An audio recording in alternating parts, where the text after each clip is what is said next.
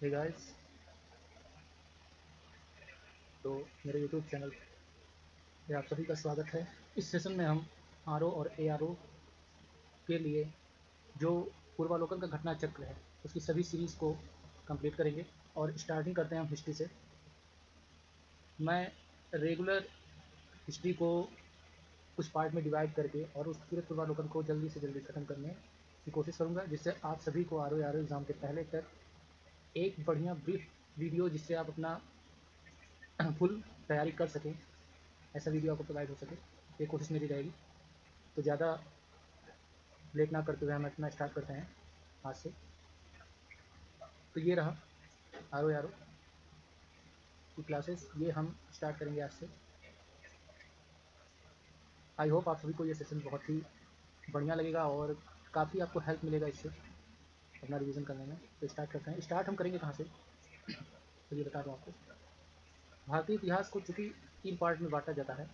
एक प्राचीन भारत का इतिहास, ये हो गया, ठीक है। प्राचीन भारत का इतिहास और मध्यकालीन भारतीय इतिहास और आधुनिक भारत का इतिहास में। तो आपको पता होगा आर में आधुनिक भारत के इतिहास को ज़्यादा ब्रीफली हम डिस्कस किया गया है, सिलेबस में ज़्यादा ब्रीफली उसको बताया गया है। तो वैसे तो पूरा हमें पढ़ना ही है, लेकिन हम स्टार्टिंग जो करेंगे वो आधुनिक भारत के इतिहास से करेंगे, ठीक। तो आधुनिक भारत के इतिहास से हम स्टार्ट करेंगे। तो यहाँ से हम स्टार्ट करना है, ठीक है। ये है, यहाँ से स्टार्ट करते हैं, जल्दी जल्दी पूरा कंप्लीट करेंगे। सबसे पहले यूरोपियों का आगमन। आधुनिक भारत के इतिहास में हम सबसे पहले पढ़ेंगे यूरोपियों का आगमन। कैसे कैसे जो विदेशी कंपनियां थी, कई यूरोपीय देश हमारे भारत देश में आए, ठीक है, व्यापार करने की नीति से आए, ठीक। तो चलिए हम स्टार्ट करते हैं। सबसे पहले तो ये notes, short notes. Vasco da Gama, आपको पता है वास्को डिगामा 1498 में भारत पहुंचा था। वास्को डिगामा जो एक गुजराती पथ प्रदर्शक था, अहमद इब्न मजीद की सहायता से भारत के पश्चिमी तट पर स्थित बंदरगाह कालीकट पे, किस बंदरगाह पे पहुंचा था? अगर ये क्वेश्चन बन जाता है तो किस, कई एग्जाम में जो वनडे कंपटीशन होते हैं उसमें बनता है, तो किस बंदरगाह पे पहुंचा था? कालीकट पे। अच्छा, ये कालीकट है कहाँ? भारत के पश्चिमी तट पे है, ठीक है। ये भी क्वेश्चन कई बार बना हुआ है। ये जो स्टार लगा, वास्को डिगामा किसके द्वारा भारत पहुंचा था? तो अहमद इब्न मजीद, ये गुजराती पथ प्रदर्शक था, इसके द्वारा, इसकी सहायता से भारत के पश्चिमी तट पर बंदरगाह कालीकट में पहुंचा था। आपका पहुंचा था 20 मई 1498 में पहुंचा था। उसने यहाँ पहुंचकर भारत के नए समुद्री मार्ग की खोज की थी। आपको पता है केप ऑफ गुड होप से, ये जो ये है हमारा प्यारा भारत, ठीक है। और ये यहाँ आप देखेंगे तो ये है अफ्रीका, ठीक। थोड़ा सा नीचे लेकर तो केप ऑफ गुड होप का ये जो रास्ता है, इसी के जरिए वो यहाँ पश्चिमी तट पे भारत के पहुंचा हुआ था वास्को डी गामा, ठीक है। उसने यहाँ पहुंचकर भारत के नए समुद्री मार्ग, कालीकट के तत्कालीन, उस समय कालीकट का जो शासक था जमोरिन, उसने वास्को डी गामा का स्वागत किया था। वास्को डी गामा के भारत आगमन से पुर्तगाली और भारत के मध्य व्यापार क्षेत्र में एक नए युग का शुभारंभ हुआ। वास्को डिगामा ने काली मिर्च के व्यापार से 60 गुना अधिक मुनाफा कमाया। उस समय भारत जो था वो मसालों के लिए, काली मिर्च के लिए, इन सब चीज़ों के लिए बहुत ही विख्यात था। तो जो विदेशी होते थे वो इसी के लिए ही भारत से व्यापार, इन्हीं सब व्यापारी वस्तुओं को ले जाने के लिए वो भारत आते थे। तो वास्को डिगामा ने काली मिर्च के व्यापार से 60 गुना अधिक मुनाफा कमाया था। और यह सुन करके और भी पुर्तगाली व्यापारी इससे प्रोत्साहित हुए। जब उन्होंने पुर्तगाल में सुना तो उसके जो पुर्तगाल में जो और पुर्तगाली व्यापारी थे, वो उनके मन में इच्छा उठी कि वो भी जा करके भारत से इस तरह व्यापार कर सकते हैं और अधिक से अधिक मुनाफा कमा सकते हैं। 1505 ईस्वी में फ्रांसिस्को डी अल्मीडा, ये भारत में प्रथम पुर्तगाली वायसराय बना। फ्रांसिस्को डी अल्मीडा ये भारत में प्रथम पुर्तगाली वायसराय बना एवं गवर्नर बनकर आया। व्यापारिक हितों के परिप्रेक्ष्य में हिंद महासागर में प्रभुत्व स्थापित करने के लिए अल्मीडा ने एक बहुत, जो पूछा जाता है एग्जाम में, ब्लू वाटर पॉलिसी, इसको कहा जाता है नीले जल की नीति का प्रतिपादन किया। अल्मीडा के बाद कौन आया? Alfonso de Albuquerque. Alfonso de Albuquerque के 1509 ईस्वी में आया और ये गवर्नर बना। और इसने 1510 ईस्वी में बीजापुर के जो शासक थे यूसुफ आदिल शाह, इनसे उसने गोवा छीन लिया और अपने अधिकार क्षेत्र में शामिल कर लिया। और ये पहली बार था जब भारत में पुर्तगीज शक्ति ने अपना प्रभाव दिखाया था। और इस तरह कहा जाता है कि उससे वह भारत में पुर्तगीज शक्ति का वास्तविक संस्थापक माना गया। अल्बुकर्क, ठीक है। अल्बुकर्क ने 1511 ईस्वी में दक्षिण पूर्व एशिया की महत्वपूर्ण मंडी जो मलक्का, आज आपने देखा होगा मलक्का जल संधि, उसी के पास मलक्का क्षेत्र, और 1515 ईस्वी में फारस की खाड़ी के मुहाने पर स्थित हरमुज पर अधिकार कर लिया। अच्छा, इसको अधिकार करने से क्या हो जाएगा? इसको अधिकार इसलिए किया क्योंकि वहाँ समुद्री मार्ग था और वहाँ उसका पूरी तरह से नियंत्रण हो गया। किसका नियंत्रण हो गया? पुर्तगालियों का नियंत्रण हो गया। अल्बुकर्क के बाद प्रमुख गवर्नरों में एक नीना डी कुन्हा आया अल्बुकर्क के बाद, और इसने 1529 से 1538 ईस्वी तक ये गवर्नर रहा। पुर्तगाली यात्री वास्को डिगामा ने भारत के मार्ग की और स्पेनी यात्री कोलंबस ने अमेरिका की खोज की थी, ठीक है। और ब्रिटेन के कैप्टन कुक ने ऑस्ट्रेलिया की, तथा हॉलैंड के तस्मान ने वान डीमंस लैंड, जिसको वर्तमान में तस्मानिया कहा जाता है, अर्थात न्यूजीलैंड की खोज की थी। तो हॉलैंड की खोज किसने की?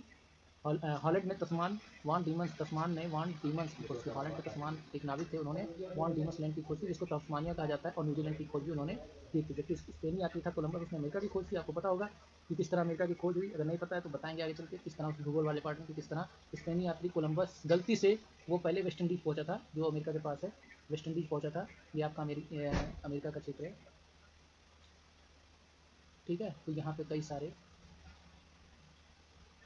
ये जो क्षेत्र है, यहाँ पे सबसे पहले कोलंबस पहुंचा था, तो वेस्ट इंडीज, उसने यहाँ के लोगों को इंडियन समझ लिया था, चला था वो इंडिया के लिए, लेकिन पहुंच गया था कहाँ पे, अमेरिका में, ठीक है। और अमेरिका मतलब अमेरिका में पहुंचा, वहाँ अमेरिका में पहुंची। वास्तव में जो ये अमेरिका का नाम पड़ा, ये अमेरिको एक यात्री थे, अमेरिको, ठीक है, जो कोलंबस के बाद आया था, उसके नाम पे अमेरिका का नाम पड़ा है। पुर्तगालियों के भारत में प्रथम दुर्ग, पुर्तगालियों के भारत में प्रथम दुर्ग, भारत में प्रथम यूरोपीय दुर्ग जिसको कहा है, उसका निर्माण अल्फांसो द अल्बुकर्क ने करवाया था। कब करवाया था? 1503 ईस्वी में। और कहाँ पे करवाया था? कोचीन में। क्वेश्चन यहाँ से बनता है कि पुर्तगालियों का प्रथम दुर्ग कहाँ बना था? तो वो कोचीन में बना था। किसने बनवाया था? अल्फांसो द अल्बुकर्क बनाया था। कब बनवाया था? 1503 में ईस्वी में बनवाया था। अज्जी द्वीप एवं कन्नानौर में भी पुर्तगाली दुर्गों का निर्माण फ्रांसिस्को डी अल्मीडा ने करवाया, जो कि 1505 ईस्वी में कराया गया था, ठीक है। अज्जी द्वीप और कन्नानौर में। मध्यकाल में सर्वप्रथम भारत में व्यापार संबंध स्थापित करने वाले पुर्तगाली थे, ठीक। मध्यकाल में सर्वप्रथम भारत से व्यापार करने में संबंध जिसने स्थापित किया था, कौन थे? पुर्तगीज थे। भारत में यूरोपीय व्यापारी कंपनियों के आगमन का क्रम है। भारत में जो यूरोपीय व्यापारी आए कंपनियों के, ये क्रम कभी कभी पूछता है। तो सबसे पहले आए थे पुर्तगीज, पुर्तगीज के बाद आए थे डच, डच के बाद आए थे अंग्रेज, अंग्रेज के बाद आए थे डेन, डेन के बाद आए थे फ्रांसीसी। आपको पता होगा सबसे पहले पुर्तगाली आए, पुर्तगालियों के बाद डच आया, डच के बाद अंग्रेज आए, अंग्रेज के बाद डेन आए, डेन के बाद फ्रांसीसी। सबसे ज़्यादा छाप किसने छोड़ा? अंग्रेजों ने छोड़ा। भारत में पुर्तगाली सबसे पहले आए थे 1498 ईस्वी में, और सबसे अंत में वापस गए 1961 में। आपको पता है कि गोवा को आज़ाद कराया गया था 1961 में, तो वो पुर्तगालियों से आज़ाद कराया गया था। तो 1961 में, बस 1961 में गोवा के पुर्तगाली गवर्नर थे जनरल मैनुअल एंटोनियो वसाल्वो ए सिल्वा, ठीक है। ये पुर्तगाली गवर्नर थे 1961 में। तो उन पुर्तगालियों से गोवा को आज़ाद करा करके भारत का एक अधिनियम बनाया गया। भारत की स्वतंत्रता प्राप्ति के दौरान गोवा का गवर्नर जनरल जोसो फेरायरा बोस्सा था। यूरोपियों की शक्तियों में सर्वप्रथम पुर्तगाली व्यापारियों ने यूरोपीय शक्तियों में सर्वप्रथम पुर्तगाली व्यापारियों ने भारत में क्या किया? सामुद्रिक व्यापारी केंद्र की स्थापना की थी। पुर्तगालियों ने 1503 ईस्वी में कोचीन में अपनी पहली फैक्ट्री, 1503 ईस्वी में कोचीन में अपनी पहली फैक्ट्री, और 1505 ईस्वी में कैन्नूर में अपनी दूसरी फैक्ट्री स्थापित। 1534 ईस्वी में पुर्तगालियों ने बंगाल के शासक थे गियासुद्दीन महमूद शाह, इनसे सतगांव और चटगांव, दो चीज़ है, गांव गांव दोनों के नाम के बाद लगा है। तो पुर्तगालियों ने बंगाल के शासक उस समय कौन थे? गियासुद्दीन महमूद शाह, उनसे सतगांव और चटगांव में अपनी फैक्ट्री स्थापित करने के लिए अनुमति प्राप्त कर ली थी। पुर्तगालियों द्वारा हुगली, हुगली कहाँ है? बंगाल में, बंगाल, पुर्तगालियों द्वारा हुगली को बंगाल की खाड़ी में समुद्री लूटपाट के लिए अड्डे के रूप में इस्तेमाल किया जाता था। और 1632 ईस्वी में मुगल बादशाह शाहजहां ने हुगली में पुर्तगाली बस्तियों को पूरी तरह नष्ट कर दिया, ठीक है। और 1000 से अधिक पुर्तगाली निवासियों को बंदी बना लिया गया था। इसका कारण भी था, अगर आप कभी ब्रीफ में जाकर पढ़ेंगे तो पुर्तगालियों ने जो उस समय जो मुस्लिम थे जो हज करने जाते थे, उनके ऊपर वो टैक्स वसूलते थे, ठीक है। इस सब वजह से क्रोधित होकर के शाहजहां ने क्या किया था? वहाँ पुर्तगाली बस्तियों को पूरी तरह से नष्ट कर लिया। और भी कई वजह थे, कर चोरी करते थे ये लोग इस सब करते थे। कासिम बाजार की फैक्ट्री के प्रमुख जॉब चरनाक था। इस तरह से जॉब चरनाक का नाम बीच में मतलब कई बार कई जगह पे ऐसे देखने मिलता है कि यही वास्तविक बंगाल का संस्थापक इसे ही माना जाता है, बंगाल, ठीक है। बंगाल का है, कलकत्ता का संस्थापक इसे ही माना जाता है, जॉब चरनाक को। लेकिन ऐसा है नहीं। कासिम बाजार की फैक्ट्री के प्रमुख जॉब चरनाक ने अंग्रेजों के व्यापार केंद्र के लिए हुगली के स्थान पर सुल्तानती और सुकनौती कलकत्ता का स्थल, ये दोनों जगह सुल्तानती और सुकनौती को मिलाकर के कलकत्ता बना था, तो चुना। कोच्चि 1814 ईस्वी में ब्रिटिश उपनिवेश के तहत शामिल हुआ। अब यहाँ से आया ब्रिटिश उपनिवेश में कोच्चि जो था वो 1814 ईस्वी में शामिल हुआ। 1599 ईस्वी में इंग्लैंड में एक मर्चेंट एडवेंचर्स नामक दल ने अंग्रेजी east India company the governor end of merchant of London trending into the East Indies की स्थापना की 1599 में। और ये देखिए, ये यहाँ से जो आपका है ना, ये ईस्ट इंडिया कंपनी का एक तरह से इतिहास है, कैसे वो बना। तो 1599 ईस्वी में इंग्लैंड में मर्चेंट एडवेंचर्स नामक दल था, जिसने अंग्रेजी ईस्ट इंडिया कंपनी, जिसका पूरा नाम था the governor and company of merchants of London trading into the East Indies, है ना, ईस्ट इंडीज, ठीक है, ईस्ट इंडीज की स्थापना की। और दिसंबर 1600 में ब्रिटेन की महारानी एलिजाबेथ प्रथम ने इसे पूर्व के साथ व्यापार करने हेतु 15 वर्षों के लिए क्या दिया? अधिकार पत्र प्रदान किया। इस दौरान भारत का बादशाह अकबर था। इस दौरान भारत का बादशाह कौन था? अकबर था। जब ये सब काम चल रहा था इंग्लैंड में, तो उसमें भारत का बादशाह कौन था? अकबर था। 1556 से 1605 ईस्वी तक इसका 1556 से 1605 ईस्वी तक बादशाह अकबर का कार्यकाल था। इसने लिवेंट कंपनी को 1593 ईस्वी में स्थल मार्ग से भारत में व्यापार करने का अधिकार पत्र प्राप्त हुआ। जहांगीर के शासनकाल में इंग्लिश ईस्ट इंडिया कंपनी ने सर्वप्रथम 1611 ईस्वी में मसूलीपट्टनम तथा मछलीपट्टनम में एक अस्थायी कारखाना स्थापित किया। तो ये बहुत इंपॉर्टेंट क्वेश्चन करके पूछता है कि किसके शासनकाल में इंग्लिश ईस्ट इंडिया कंपनी ने सबसे पहले अस्थायी कारखाना स्थापित किए थे? तो जहांगीर के शासनकाल में। ठीक है, इसी लाइन से अगला क्वेश्चन बन सकता है कि सर्वप्रथम मसूलीपट्टनम और मछलीपट्टनम में एक अस्थायी कारखाना स्थापित किया गया इंग्लिश ईस्ट इंडिया कंपनी के द्वारा, वो कब किया गया? तो 1611 ईस्वी में किया गया। अच्छा, अब ये भी बन सकता है कि इंग्लिश ईस्ट इंडिया कंपनी ने सर्वप्रथम कहाँ पे अस्थायी कारखाने खोले? तो मसूलीपट्टनम में और मछलीपट्टनम में। ठीक है, इन्होंने अस्थायी कारखाने खोले। 1613 ईस्वी, उसी के 2 साल बाद 1613 ईस्वी में सूरत में स्थापित कारखाना अंग्रेजों का प्रथम स्थायी कारखाना था। अंग्रेजों का प्रथम स्थायी कारखाना कब खोला गया? 1613 ईस्वी में। कहाँ खोला गया? सूरत में। अच्छा, पुर्तगालियों का कहाँ खोला गया था? कोचीन में। ठीक है, तो कंफ्यूज नहीं होना है। सूरत में डचों द्वारा फैक्ट्री 1616 ईस्वी में, सूरत में जो डचों ने खोला था, ये कंफ्यूजन हो जाता है। अंग्रेजों ने 1613 में खोला था और सूरत में डचों द्वारा फैक्ट्री जो खोला गया था वो 1616 ईस्वी में खोला गया था, जबकि फ्रांसीसियों ने, तीनों ने खोला था, जबकि फ्रांसीसियों ने 1668 में, सबसे लास्ट में फ्रांसीसी खोले थे। ठीक है, ये हो गया। थॉमस बेस्ट नाम का एक अंग्रेज अधिकारी ने पुर्तगालियों की सॉली, ठीक है, पुर्तगालियों की स्वाली के स्थान पर हराया था। थॉमस बेस्ट नाम का एक अंग्रेज अधिकारी था, उसने पुर्तगालियों को कहा था हराया था? स्वाली नामक स्थान पर हराया था। 1661 ईस्वी में इंग्लैंड के सम्राट चार्ल्स द्वितीय, आपको पता होगा इंग्लैंड के सम्राट चार्ल्स द्वितीय का विवाह पुर्तगाल की राजकुमारी कैथरीन के साथ हुआ था और उसमें चार्ल्स को बम्बई उपहार के रूप में प्राप्त हो गया था, जिसे इन्होंने 1668 ईस्वी में 10 पाउंड वार्षिक किराए पर, ठीक है, क्योंकि इंग्लैंड के सम्राट चार्ल्स द्वितीय का विवाह किससे हुआ था? पुर्तगाल की राजकुमारी कैथरीन से हुआ था। तो भाई दहेज में उनको क्या मिला? बम्बई उपहार में मिला। ठीक, पुर्तगालियों द्वारा दहेज में उनको बम्बई उपहार मिला। और उन्होंने क्या किया कि उन्होंने 1668 ईस्वी में 10 पाउंड के वार्षिक किराए पे ये जो बम्बई था इसे ब्रिटिश ईस्ट इंडिया कंपनी को दे दिया। बम्बई के अंग्रेज गवर्नर जॉन चाइल्ड ने 1688 में बम्बई और पश्चिमी समुद्री तट के मुगल बंदरगाहों पर घेरा डाला तथा मक्का जाने वाले हज यात्रियों, यही समय था, हज यात्रियों को बंदी बनाने का प्रयास किया। ठीक, फलस्वरूप उसे औरंगजेब ने भारत से क्या कर दिया था? निष्कासित कर दिया था। एक बार तो पहले शाहजहां के टाइम में हुए थे, पुर्तगाली हुए थे, और फिर यही काम फलस्वरूप उसने औरंगजेब ने भारत से उसे निष्कासित कर दिया। किसको? अंग्रेजों ने यही काम किया। कर्नाटक का प्रथम युद्ध, कर्नाटक का प्रथम युद्ध 1746 से 1748 के बीच हुआ था। इसमें ऑस्ट्रिया का उत्तराधिकारी भी युद्ध कहा जाता है। ठीक है, कर्नाटक का प्रथम युद्ध 1746 से 1748 के बीच हुआ था। ऑस्ट्रिया के उत्तराधिकारियों की जो 1740 ईस्वी में हुआ था, इसी समय इसका समझ लो आरंभ हुआ था और ये इसका विस्तार मात्र था, मतलब फैल करके यहाँ तक पहुँचा था। ग्रीस सरकारों की आगे के विरुद्ध दोनों दलों अंग्रेजों और फ्रांसीसियों ने 1746 ईस्वी में युद्ध प्रारंभ हो गया। अंग्रेज कैप्टन बर्नेट के नेतृत्व में अंग्रेजी सेना द्वारा कुछ फ्रांसीसी जहाजों पर अधिकार कर लेना युद्ध का तात्कालिक कारण था।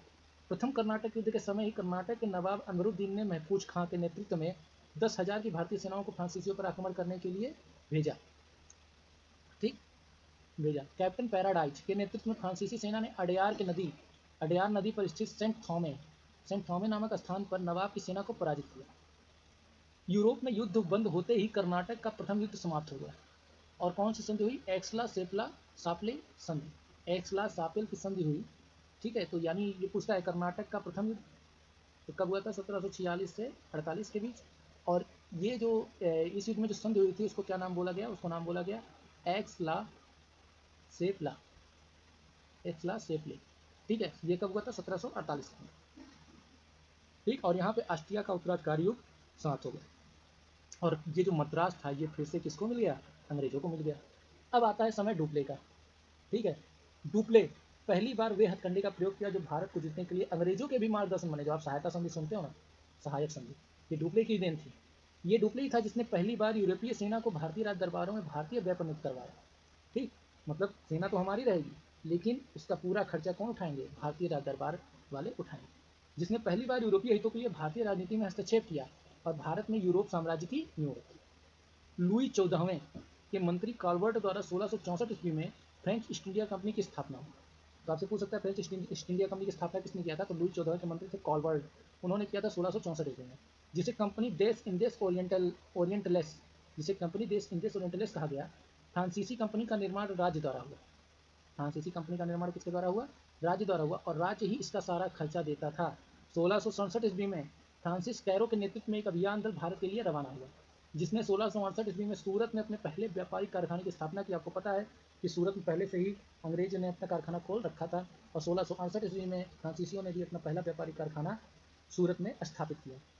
मैरकारा गोलकुंडा के सुल्तान से एक अधिकार पत्र प्राप्त कर 1669 ईस्वी में मसूलीपट्टनम में दूसरा फ्रांसीसी कोर्ट स्थापित करता है। तो दूसरी फ्रांसीसी कोठी कहाँ स्थापित हुई? मसूलीपट्टनम में। कब हुई? 1669 में। डचों ने अपना प्रथम फैक्ट्री की स्थापना मसूलीपट्टनम में की थी। डचों की बंगाल में पहली कंपनी पीपली में 1627 में स्थापित हुई। इसके कुछ दिन बाद ही डच पीपली से बालासोर चले आए, परंतु बंगाल में डचों का व्यापार सही ढंग से 1653 ईस्वी में शुरू हुआ, जब उन्हें चिनसूरा में अपनी कंपनी स्थापित की। चिनसूरा के डच किलों का को गुस्तावुस फोर्ट के नाम से जाने जाते थे। चिनसूरा के जो डच किले थे, यूरोपवासियों को सर्वोत्तम सोरा और अफीम बिहार से प्राप्त होते थे। उस समय बिहार जो था वो सोरे और अफीम के लिए विख्यात था।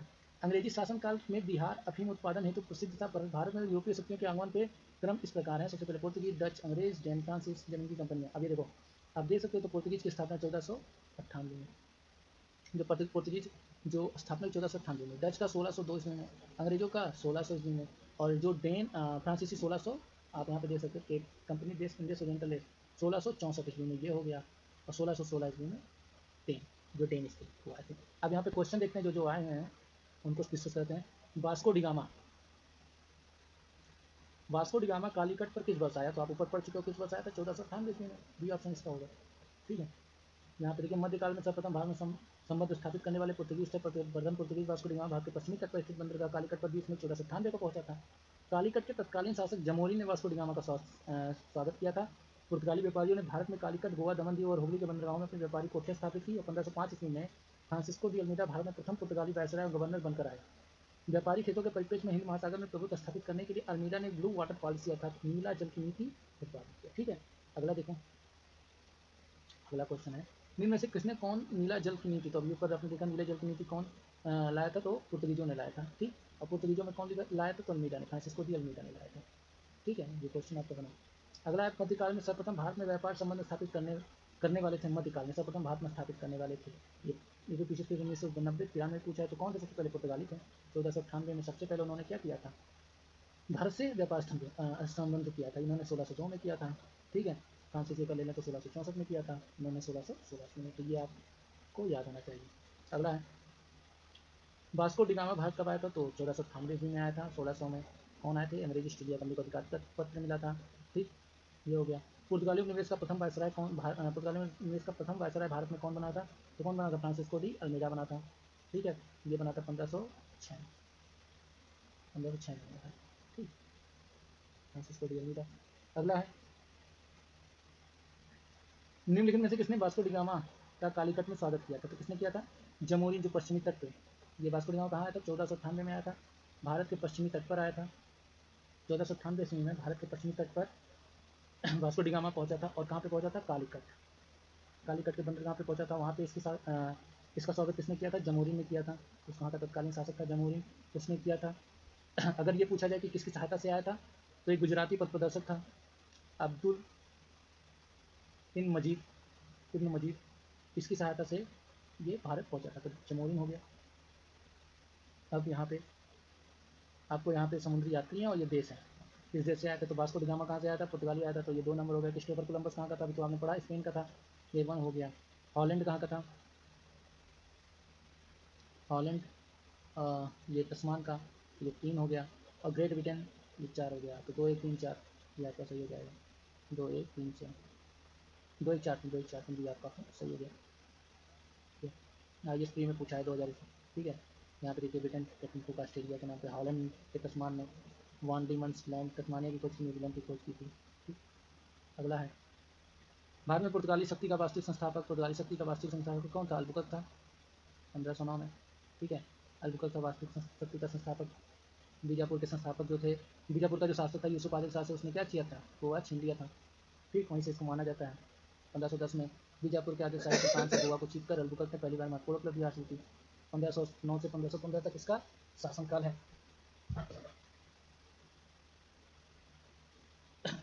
ऊपर के क्वेश्चन डिस्कस करें तो, भारत में यूरोपीय शक्ति का प्रवेश के संदर्भ में इनमें से कौन सा कथन सही नहीं है? पुर्तगालियों ने 1499 में गोवा पर कब्जा किया। गोवा पर कब्जा उन्होंने कब किया था? 1510 में किया था। तो ये ऑप्शन है, अंग्रेजों ने अपना पहला कारखाना दक्षिण भारत में मछलीपट्टनम में लगाया था।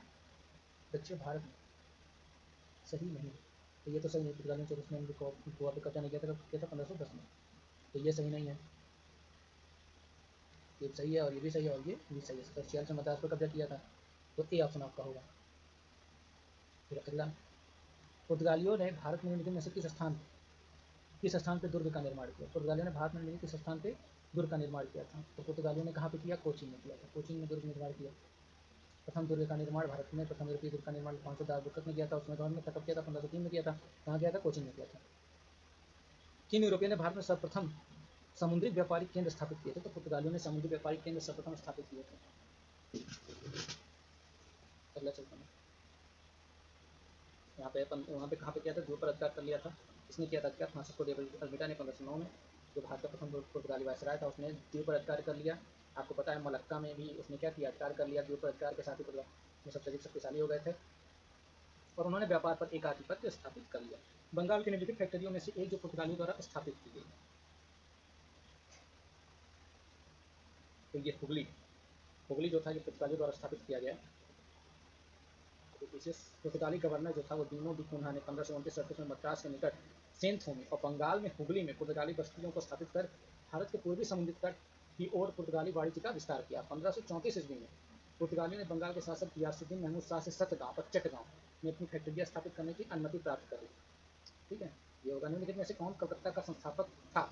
तो ये मैंने बोला था ना, जाप चारनाथ कलकत्ता का संस्थापक माना जाता है, ये ठीक है।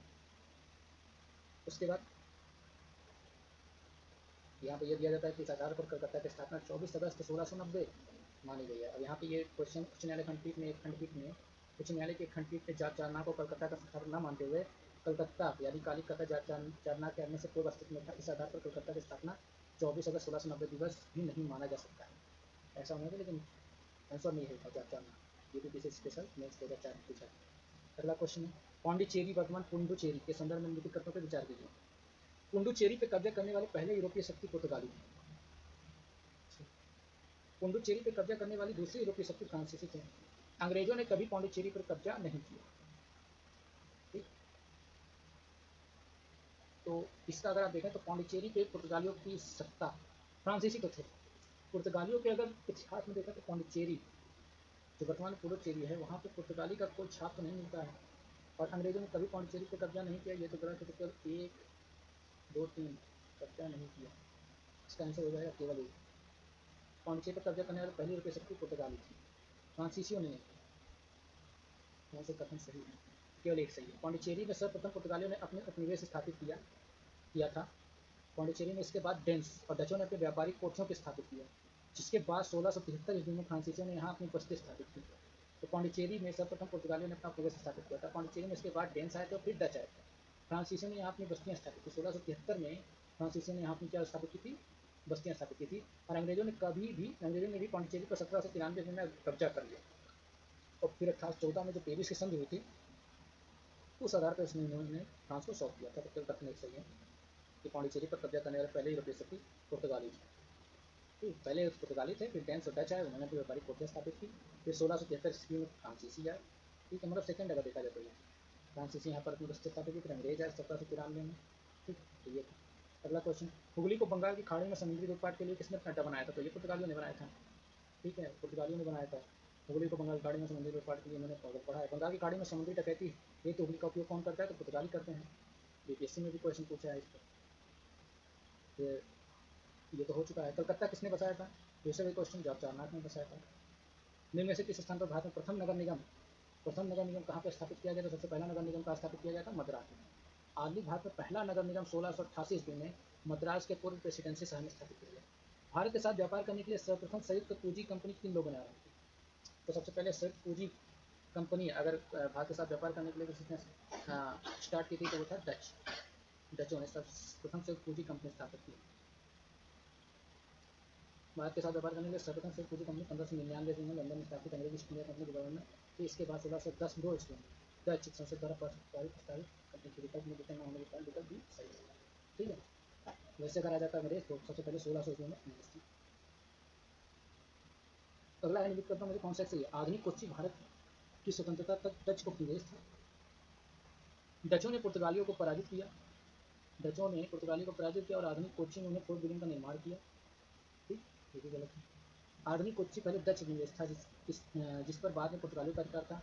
आधुनिक कोच्चि कभी भी ब्रिटिश उपनिवेश का भाग नहीं था।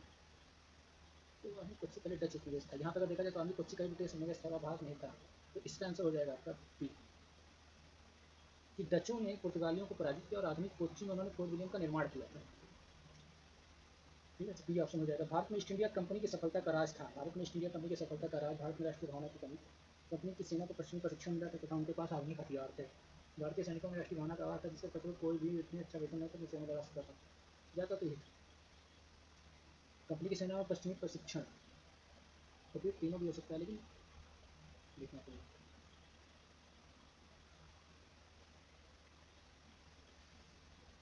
तीनों भारत में ईस्ट इंडिया कंपनी की सफलता में सहायता दिया था। वह 1599 में इंग्लैंड में मर्चेंट एडवेंचर्स नामक अंग्रेजी east India company the governor and company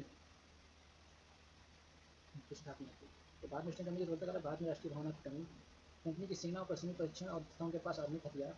अच्छा, ये एक तरह से देखिए कैसे सही है कि उस समय कई छोटे छोटे राज्यों में बटा था भारत। ठीक है, उसके बाद कंपनी की सेना को पश्चिमी प्रशिक्षण मिला था, उनके साथ आधुनिक। भारतीय सैनिकों में राष्ट्रीय भावना का अभाव था जिससे पशुओं को उन्हें अच्छा वेतन दे और अपनी सेवा में लगा सकता था। तो इन तीनों की कमी थी, तीनों हो जाएंगे। निम्नलिखित ब्रिटिश कंपनियों में किससे भारत में व्यापार करने का पहले अधिकार प्राप्त हुआ था? तो थी English company trading to East Indies, या लिवेंट कंपनी थी, पहली लिवेंट कंपनी थी। यहाँ पे हो जाएगा लिवेंट कंपनी। आइए पढ़ते हैं इसके बारे में। लिवेंट कंपनी जो 1593 ईस्वी में स्थल मार्ग से भारत में व्यापार करने का अधिकार प्राप्त थी। 31 दिसंबर 1600 ईस्वी को महारानी एलिजाबेथ प्रथम governor and company of merchants of London trading into the East Indies से समुद्री मार्ग से ईस्ट इंडिया कंपनी के साथ व्यापार करने का पहला अधिकार प्राप्त करती है। अच्छा, और 1702 ईस्वी में इसे न्यू कंपनी तथा महारानी एनी के साथ मिलकर द्विपक्षीय करार नामा किया गया, जिसके बाद पुरानी कंपनी 7 साल के भीतर खुद को बंद कर देगी और 1709 में दोनों कंपनियों ने मिलकर United company of merchants of English trading to the East Indies के रूप में व्यापार बढ़ाया गया। कंपनी समानता ईस्ट इंडिया कंपनी के नाम से प्रसिद्ध थी। ये कंपनी सबसे पहले थी 1593 में, इसको अधिकार मिला था। फिर उसके बाद 1600 ईस्वी में इसको मिला। फिर 7 साल बाद ये कंपनी इसमें मर्ज हो गई और इन्होंने मिलकर फिर अपना व्यापार स्थापित किया, मतलब आगे बढ़ाया। लंदन में ब्रिटिश ईस्ट इंडिया कंपनी के गठन के समय भारत का नियंत्रण में से कौन बादशाह था? ये तो पढ़ा गया अकबर। अकबर था भारत के पास।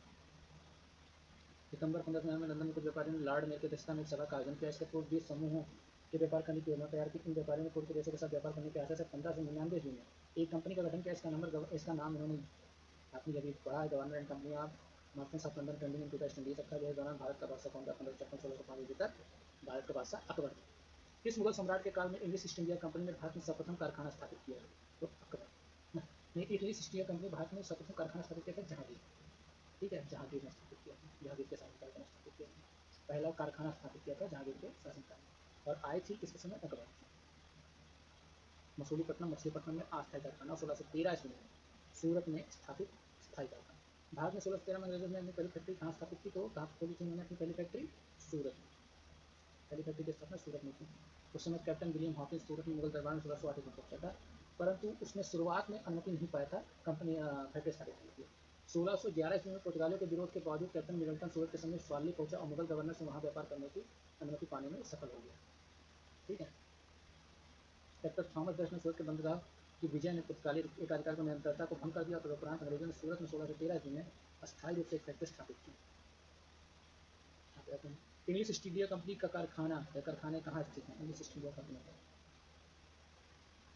के कारखाने स्थित थे भरूच, चिकागो, तिरुचिरापल्ली। इन तीनों में इंग्लिश ईस्ट इंडिया कंपनी के कारखाने कहाँ स्थित थे? भरूच, चिकागो, तिरुचिरापल्ली। तो ऑप्शन एक चलेगा भरूच। 17वीं शताब्दी के पहले चतुर्थांश में 1625 ईस्वी में ईस्ट इंडिया कंपनी ने सूरत के भरूच, बुरहानपुर, अहमदाबाद और आगरा में अपने कारखाने स्थापित कर लिए थे। ईस्ट इंडिया कंपनी के प्रारंभिक दौर में वेस्टर्न प्रेसिडेंसी कहाँ थी? ईस्ट इंडिया कंपनी के प्रारंभिक दौर में वेस्टर्न प्रेसिडेंसी कहाँ थी? कहाँ पे थी? सूरत में थी western presidency. East India company की प्रथम फैक्ट्री स्थापित की गई। ईस्ट इंडिया कंपनी की प्रथम फैक्ट्री कहाँ स्थापित की गई? सूरत में। ब्रिटिश ईस्ट इंडिया कंपनी ने बम्बई किससे लिया था? पुर्तगालियों से लिया था। पता है कि आपको चार्ल्स द्वितीय का विवाह पुर्तगाली राजकुमारी कैथरीन से हुआ था, जिससे उनको बम्बई उनको क्या मिला था? दहेज में प्राप्त हुआ था। और 1661 ईस्वी में 1668 ईस्वी में 10 पाउंड वार्षिक किराए के रूप में पुर्तगाली ने इसे किससे दे दिया? चार्ल्स द्वितीय ने इसे किससे दे दिया? ब्रिटिश ईस्ट इंडिया कंपनी को। किस अंग्रेज कार्य ने पुर्तगाली को स्वाली के स्थान पर हराया था? थॉमस डच ने हराया था। अगला क्वेश्चन, निम्नलिखित यूरोपीय व्यापारी कंपनी ने किसने सूरत में सर्वप्रथम अपना कारखाना स्थापित किया था? सबसे पहले सूरत में अपना कारखाना स्थापित अंग्रेजों ने किया था। किस वर्ष प्रयागराज उत्तर प्रदेश के किले पर अंग्रेजों का अधिकार हो गया? तो प्रयागराज के किले पर अंग्रेजों का अधिकार नवाब के नवाब सदाकत अली सतत के अंग्रेजों को सौंप दिया था। के नवाब सदाकत अली ने 1757 1757 सौंप दिया। ईस्ट इंडिया कंपनी के किस अंग्रेज गवर्नर को औरंगजेब द्वारा भारत से निष्कासित कर दिया गया? तो सर जॉन चाइल्ड। क्यों औरंगजेब ने निष्कासित कर दिया? क्योंकि उसने मक्का जाने वाले हज यात्रियों पर क्या किया था? हमला कर दिया था। ठीक है, इसलिए बंदी बनाने का प्रयास किया था। वर्ष 1613 में अंग्रेजी ईस्ट इंडिया कंपनी को वहाँ का एक कारखाना स्थापित करने की अनुमति मिली थी। कहाँ पे? सूरत। 1613 में कहाँ पे ईस्ट इंडिया कंपनी को कारखाना स्थापित करने की अनुमति मिली थी? सूरत। निम्नलिखित में से प्रथम कर्नाटक युद्ध 1746 से 1748 कौन सा तात्कालिक कार्य था? अंग्रेजों फ्रांसीसियों के बीच राष्ट्रीय राजगद्दी की जंग। तो ये 1740 से चली आ रही थी और ये इसका विस्तार मात्र था। तो ये हो जाएगा राष्ट्रीय राजगद्दी की जंग। अंग्रेज और फ्रांसीसियों के ये मेन था। अंग्रेज और फ्रांसीसियों के राज का नाम था कर्नाटक राजगद्दी, ये मेन था। बाकी वो तो बहाना। ठीक है, तो यहाँ से आप पढ़ सकते हैं।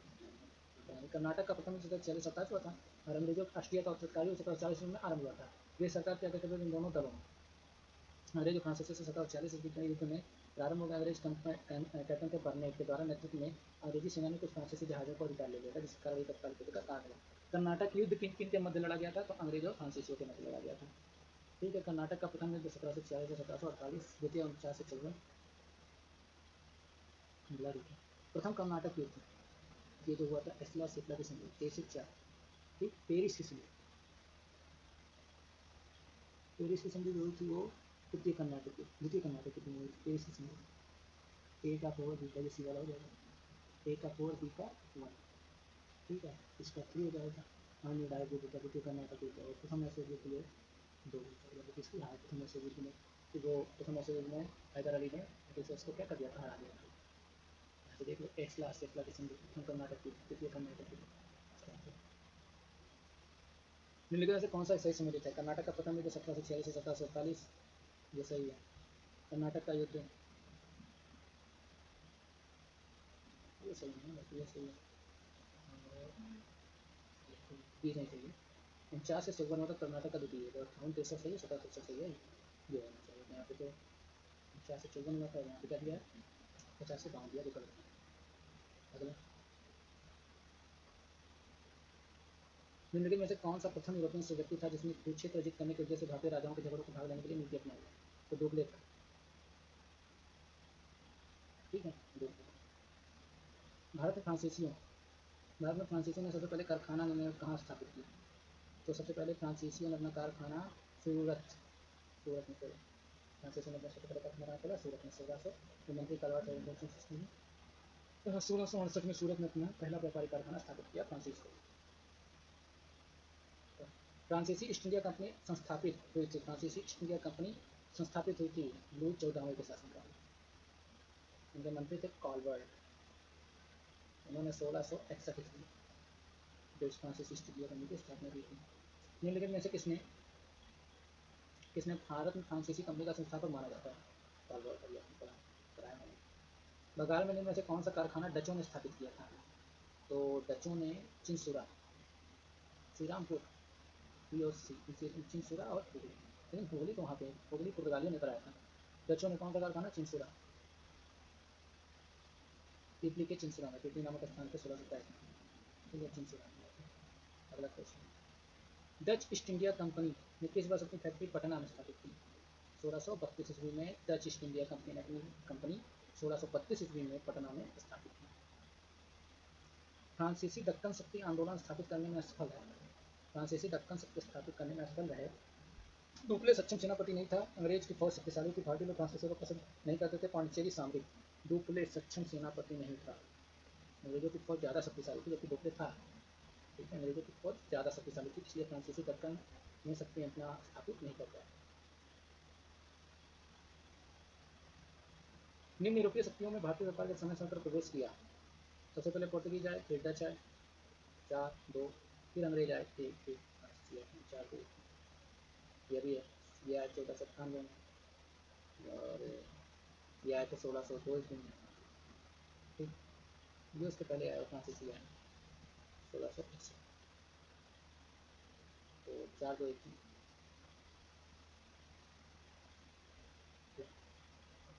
यहाँ पे जो व्यापारिक केंद्र दिए गए हैं और ये सूची दिया गया है किसके कहाँ पे। तो पौंडीचेरी इसका टचोका, टचोका नहीं पुर्तगीज पुर्तगाली होता है। तो 1 का 3 और गोवा, गोवा पुर्तगीज का 3, पौंडीचेरी फ्रेंच 2, यहाँ पे रोशन प्लस 2 3 2 3 मिल गया था, 4 1 1 मान लीजिए आ जाता है। तो ठीक है, तो 4 1 नहीं पता था मुझे भी। ट्रांन के बॉर्ड ये जो था ये 3 इसका था, ठीक। और 17 किसका था, डचों का। निम्नलिखित किन स्थान पर डचों ने अपने व्यापारिक अड्डे स्थापित किए। डचों ने तो चिंसुला में स्थापित किए थे। भरूच में तो आपको पता है अंग्रेजों ने स्थापित किए थे। भरूच में अंग्रेजों दिन से अहमदाबाद पहुँचने सभी थे, ठीक है। नागपट्टनम चिंसुला मछलीपट्टनम में याद करना पड़ेगा। भरूच, आगरा, कोशिश, हैदराबाद इन सभी का। अगला है मृदा के स्वरूप और उपज के गुणों के आधार पर भूमि राजस्व का मूल्यांकन, युद्ध में चलती फिरती तोपों का उपयोग, तंबाकू, लाल मिर्च की खेती। उपयुक्त में से कौन अंग्रेजों को भारत की देन थी।